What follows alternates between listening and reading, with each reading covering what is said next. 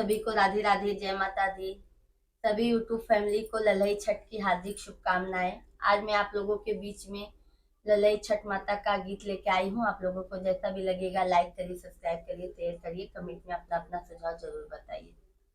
कहवाई छठी माई के नैहर कहवाई सासुर कहवाई सासुर हो छठी कावने वृक्ष ताराए उपजे सखिन सब पूजाई सब सखी पूजाई हो छठी कावने वृक्ष तारे उपजे तब सखी पूजाई सब सखी पूजाई हो।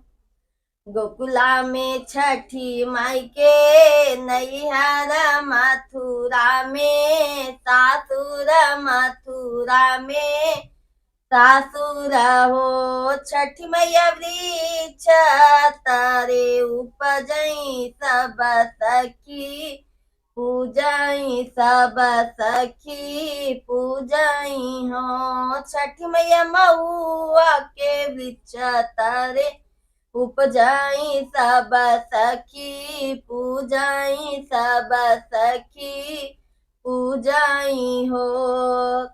केहू के दीहू मैया दुई लाल केहू के चार लाल केहू के चार लाल हो माई हमऊ बझनिया रहे हमऊ नहीं चितवऊ हमहू नहीं चितवऊ हो।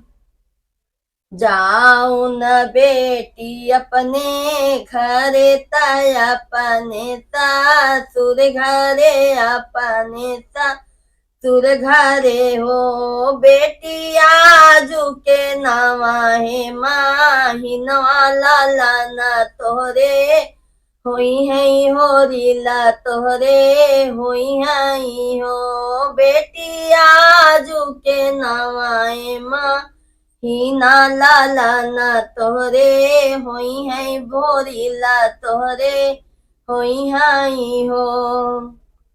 8 महीनवा के बीतत नवा के लागत नवा के लागत हो बहनी रानी के जनमेला लनवा सखीन गावई सोहर सब सखी गावई सोहर हो बहनी रानी के जनमेला लनवा सब सखी सोहर सब सखी सोहर हो।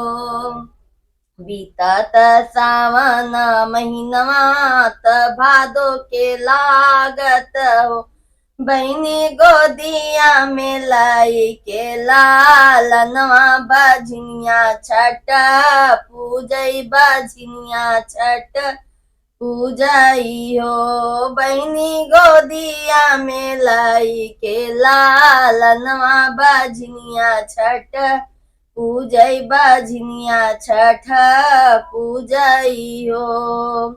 निहुरा निहुरी गाठ डालई त छठी के माँ नामई त छठी माई के माँ नामई हो माई मुख भरी दे तुआ सीसया मर रहई लालन अमर रहई लालन हो माई मुख भर दे तुआ सीसय अमर रहई लालन अमर रहई साजन हो माई मुख भर दे तुआ सीसय अमर रहई लालन अमर रहई साजन हो। बोलो छठी मैया की जय।